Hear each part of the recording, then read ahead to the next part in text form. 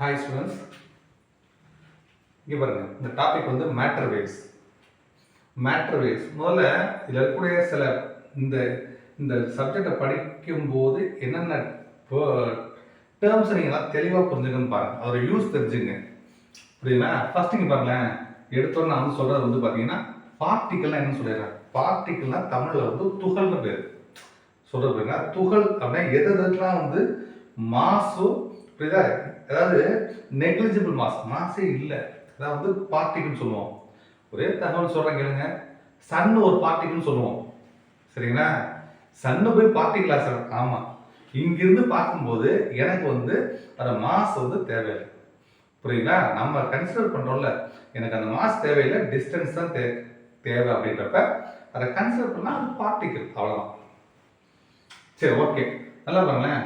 இந்த பார்ட்டிகளை இதை பற்றி ஏன் படிக்கிறோம்? இப்போ பார்ட்டிக்கிளை ஏன் படிக்கிறோம் அப்படின்னா, பார்ட்டிக்கிள் அப்படின்றது தான் ஒன்றும் இல்லை. நீங்கள் இந்த பார்ட்டிக்கிளை பற்றி படிக்கிறதுனால தான் வந்து ஒரு வெஹிக்கிளோட ஸ்பீடு, புரியுதா? அடுத்தடுத்தது பார்த்தீங்கன்னா ஜெட்டோட ஸ்பீடு, இதெல்லாம் கண்டுபிடிக்கிறது ஹையர் கிளாஸில் இந்த சம்மந்தமான ப்ராப்ளம்ஸ் உங்களுக்கு கண்டுபிடிக்க யூஸ்ஃபுல்லாக இருக்கும். சரி, போதும் விட்டுருங்க. மாஸ், எனர்ஜி, வெலாசிட்டி, மொமெண்டம், இது எல்லாம் 11th படிச்சிருப்பீங்க, புரியுதுங்களா? இதெல்லாம் இதான் வந்து 11th படிச்சிருப்பீங்க. ஒன்னே ஒன்று, மொமெண்டம் அப்படின்னா மாஸ் இன்ட்டு வெலாசிட்டி தான் மொமெண்டம் பேர், தமிழில் உந்தமும்.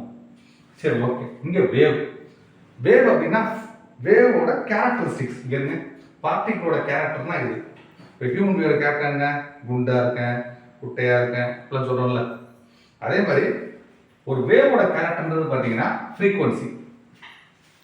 சரி, இந்த போது ரெண்டையும் சொல்லி பாருங்களேன். ஃப்ரீக்வன்சினா என்ன, லைட்னா என்ன, புரியுங்களா? ஃப்ரீக்வன்சினா என்ன? இந்த ஒரு சைக்கிள் இருக்குன்னு வச்சுக்கோங்க. இதான் வந்து ஒரு கம்ப்ளீட் சைக்கிள், புரியுங்களா? Number of cycles passing through a point in unit. ஒரு குறிப்பிட்ட நேரத்தில் எத்தனை சைக்கிள் பாஸ் ஆகுது, சரிங்களா? அதுக்கு அடுத்தது பார்த்தீங்கன்னா இன்டென்சிட்டி. இந்த வேவ் வந்து இந்த சைஸா இல்லை இந்த இவ்வளோ பெருசா, புரியுதுங்களா? இது ஒரு சில டிஃபரன்ஸ் மட்டும் சொல்கிறேன், எல்லாத்தையும் சொல்ல, சரிங்களா? சரி, எதுக்கு சார் ஃப்ரீக்வன்சி, இன்டென்சிட்டி? ஃப்ரீக்வன்சி எதுனா நல்லா பாருங்க. ஒரு ஃப்ரீக்வன்சி சொல்லும் போது அந்த லைட்டு, இன்கேஸ் லைட்டோட ஃப்ரீக்வன்சி ஒன்றுச்சுன்னா அது என்ன கலர், ரெட்டா, கிரீனா, வயலட்டான்னு சொல்லலாம். அது எவ்வளோ பிரைட்டாக இருக்குது, சரியா, அப்படின்றத இன்டென்சிட்டியோட சொல்லலாம்.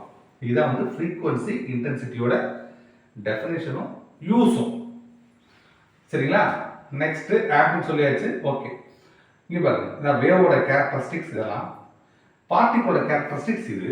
சரி, எதுக்கு சார் இதெல்லாம் சொல்றீங்க? இப்போ மேட்டர் வேவ்ஸ் வாங்க, இந்த டாபிக் இப்போ தான் வராங்க. மேட்டர் வேவ்ஸ்னா ஒரு நல்லா பாருங்க. இப்போ இது ரெண்டும் தனித்தனியாக படிச்சிருக்கோமா? பழைய ஃபிசிக்ஸில் பார்த்தீங்கன்னா இதெல்லாம் கிளாசிக்கல் ஃபிசிக்ஸ்னு கொடுத்துருப்பாங்க, பண்டைய கால ஃபிசிக்ஸ், சரியா? பார்ட்டிகளும் வேவும் டிஸ்டிங்க்ட், தனித்தனின்னு சொல்லியிருப்பாங்க. இது தனி, இது தனி, புரியுங்களா? ஆனால் இந்த குவாண்டம் ஃபிசிக்ஸ், சரிங்களா, குவாண்டம் ஃபிசிக்ஸ் என்ன சொல்றது அப்படின்னா, த ரேடியேஷன் ஆஃப் லைட், சரியா? லைட்டோட ரேடியேஷன் பார்த்தீங்கன்னா இட் ஹாஸ் டியூவல் நேச்சர். அது பார்ட்டிகலாகவும் இருக்கு, வேவாகவும் இருக்கு, புரியுதா? ஸோ அப்போ பார்ட்டிகலாகவும் வேவாகவும் இருக்கா, என்ன ஒன்றும் புரியல. வேவ்னா சரிங்களா, உங்களுக்கே தெரியும் வேவ் என்ன இருக்கு மனசில் வச்சுங்க. பார்ட்டிகல்னா அது நம்ம என்ன சொல்றது, கண்ணால் பார்க்குறோம், புரியுதுங்களா? ஸோ அதுக்கு ஒரு சைஸ் இருக்கும், அதான் பார்ட்டிகல் சொல்கிறோம். அப்போ ரேடியேஷன் இந்த ரெண்டு நேச்சர் இருக்குன்னு ப்ரூவ் பண்ணுறாங்க. எப்படின்னா இன்னும் சில இதெல்லாம் நீங்கள் பார்த்தீங்கன்னா உங்களுக்கு இந்த அடுத்தடுத்து நான் சொல்கிறேன். இதான் வந்து wave particle dual nature of radiation. ரேடியேஷனுக்கு பார்த்தீங்கன்னா இந்த ரெண்டு நேச்சருக்கும் சொல்லியிருக்காங்க. இப்போ அடுத்த கட்டத்துக்கு வாங்க. எப்போதுமே ஃபிசிக்ஸ் படிக்கும்போது ஒரு கதை மாதிரி தான் படிக்கணும். இதெல்லாம் சொல்லிட்டேன். இப்போ அடுத்தது வாங்க, சரிங்களா? டீப் பிராக்லி என்ன சொல்றாரு அப்படி பார்த்தீங்கன்னா, ரேடியேஷனுக்கு ரெண்டு ப்ராப்பர்ட்டி இருக்குன்னு சொல்றீங்க, சரிங்களா? சரி, அவர் என்ன சொல்றாருன்னா, அது ஏற்கனவே பாருங்க, இந்த ஒரு கான்செப்ட் புரிஞ்சு அதெல்லாம் சிம்மட்டின்ற வார்த்தை யூஸ் பண்ணியிருப்பாங்க. Change in electric field. Electric ஃபீல்டை சேஞ்ச் பண்ணா என்ன கிடைக்கும்னு சொன்னாங்க, நீங்க படிச்சிருப்பீங்க. இந்த செகண்ட் இயர் தேர்ட்ல ஞாபகப்படுத்தி பாருங்க. Change in electric field magnetism create ஆகும். Change in magnetic field electric energy create ஆகும், புரியுதா? இதுதான் சிம்மட்ரின்னு பேர் சொல்றதுங்களா? இப்போ எதுக்கு இந்த வார்த்தையை நான் சொன்னேன்? சிமெட்ரி அப்படின்னா எதுக்கு நான் சொல்றேன் அப்படின்னு பார்த்தீங்கன்னா, அவங்க என்ன சொல்றாங்க, ஒரு வேவ் வந்து பார்ட்டிக்கிள் நேச்சர் இருக்குது அப்படின்னா, வேவ் வந்து பார்ட்டிக்கல் நேச்சர் இருக்குது, புரியுங்களா? ஸோ நல்லா பாருங்க, ஒரு பார்ட்டிகளுக்கு வந்து அப்போ வேவ் நேச்சர் இருக்குமே, சில வேவுக்கு வந்து பார்ட்டிக்கல் நேச்சர் இருக்குன்றாங்க. இப்போ லைட் வந்து எப்போதும் வேவ் நினைச்சிருந்தது, பார்ட்டிக்கல் நேச்சர், பார்ட்டிக்கலாக இருக்குன்றாங்க.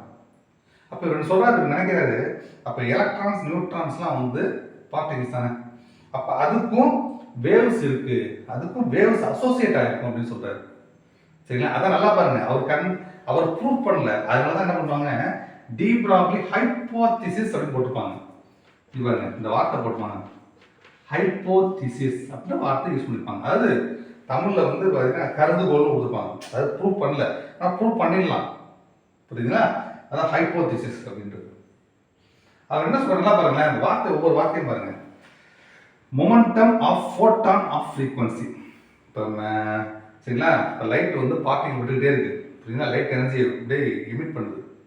அதில் பார்த்தீங்கன்னா ஃபோட்டான் ஆஃப் ஃப்ரீக்வன்சி, நல்லா பாருங்க, இந்த லைட்லேருந்து வரக்கூடிய பார்ட்டிக்கிளோட எனர்ஜி, இந்த ஃபோட்டான் ஆஃப் எனர்ஜி, லைட்லேருந்து வெளில வர பார்ட்டிக்கிள், அந்த பார்ட்டிக்கிளுக்கு ஒரு பர்டிகுலர் ஃப்ரீக்வன்சி இருக்கும். அந்த ஃப்ரீக்வன்சியோட மொமெண்டம் என்ன? மொமெண்டம்ன்ற சிம்பிள் வந்து P, P equal to H by lambda, H by lambda. ஹெச்ன்றது பிளாங்க்ஸ் கான்ஸ்டன்ட், தெரியும், புரியுதா?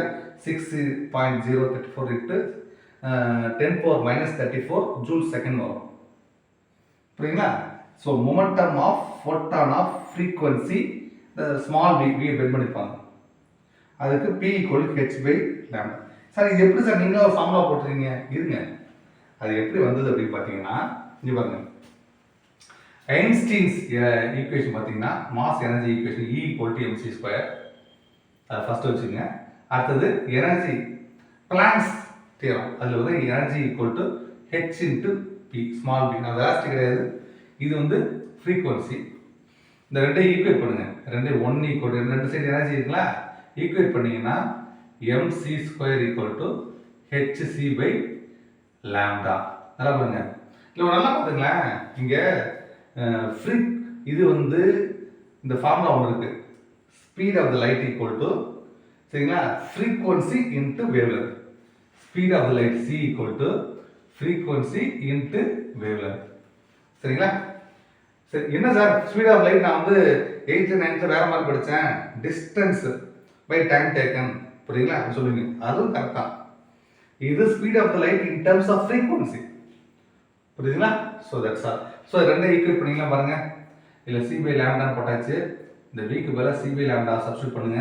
சப்ஸ்டியூட் பண்ணீங்கன்னா ஃபர்ஸ்ட் செகண்ட் ஈக்குவேட் பண்ணுங்க, சி கேன்சல் பண்ணுங்க, சரிங்களா?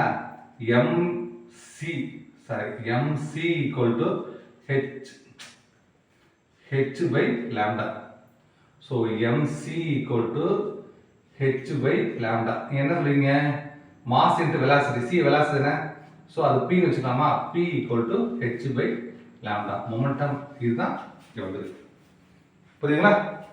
ஸோ அதனால் இப்படி எழுதிக்கலாம், எப்படி தெரிஞ்சு போச்சுங்களா? அப்போ இதை பார்த்துங்க, எப்படி தெரிஞ்சு போச்சுன்னா okay. So momentum equal to Planck's constant h by lambda, இது எழுதியாச்சா? ஓகே, அவ்வளோ. இப்போ அடுத்தது வாங்க, இப்போ அடுத்து என்னன்னா, ஸோ இருங்க, திஸ் இஸ் இது வந்து ஒரு lambda equal to h by p, இப்படி மாற்றி எழுதிக்கலாம். இது வேவ் லென்த், இது வந்து ஒரு general term, wavelength for both particle and wave. நல்லா பாருங்களேன், வேவுக்கும் ஒரு பார்ட்டிகிளா ரெண்டுக்குமே வந்து காமனான வேவ் லென்த் வந்து lambda equal to h by p. அப்போ matter waves, wavelength of matter waves, ஒரு பார்ட்டிகிளோட மேட்டர் வேவ்ஸ், சரிங்களா, lambda equal to h by பாருங்க m இன்ட்டு வெலாசிட்டி. இதான் இதைத்தான் டி ப்ராக்லி வேவ் லென்த் அப்படின்னாங்க. லாம்டா வந்து டி ப்ராக்லி வேவ் லென்த், புரியுங்களா? என்ன ஒரு புதுசாக கண்டுபிடிச்சாரு, ஒரு பார்ட்டிகிளுக்கு வேவ் இருக்கும், அந்த பார்ட்டிகிளோட வேவ் லென்த் என்ன அதான் கண்டுபிடிச்சார், புரியுதுங்களா? திரும்ப சொல்ல பாருங்க, மேட்டர் வேவ்ஸ் டாபிக், சரிங்களா? ஒரு பார்ட்டிகிளுக்கும் வேவ் நேச்சர் இருக்கு, அதான் வந்து மேட்டர் வேவ்ஸ் பேரு. ஒரு பார்ட்டிகிள் இருக்கும் வேவ் நேச்சர் இருக்கு. அதுக்கு இன்ட்ரோடக்ஷன் மாதிரி சொன்னாங்க, வேவ் தனியா பார்ட்டிகல் தனியா. வேவுக்கு என்ன கேரக்டரிஸ்டிக்ஸ் பாருங்க, பார்ட்டிகளுக்கு என்ன கேரக்டரிஸ்டிக்ஸ் பாருங்க. புரியுங்களா? தனித்தனி கேரக்டரிஸ்டிக்ஸ் இருக்கும் ஒவ்வொன்றுக்கும். புரியுங்களா? ஸோ ஃபர்ஸ்ட் லைட்டை வந்து லைட் ரேடியேஷன் எமிட் பண்ணுது அப்படின்றப்ப அதுக்கு டியூவல் நேச்சர். அது வந்து பார்ட்டிகலாகவும் வேவாகவும் சொன்னாங்க. புரியுங்களா? அதுக்கப்புறம் வந்து அதை கொஞ்சம் எக்ஸ்டெண்ட் பண்ணாங்க. எதுக்கு? பார்ட்டிகளுக்கு. அதான் டி ப்ராக்லி பண்ணார். புரியுங்களா? அவர் தான் வந்து பார்ட்டிகளுக்கு வேவ் நேச்சர் இருக்கு, அதோட வேவ் லென்த் λ = h/m கண்டுபிடிச்சார். ஓகே, புரிஞ்சுங்களா? தேங்க்யூ.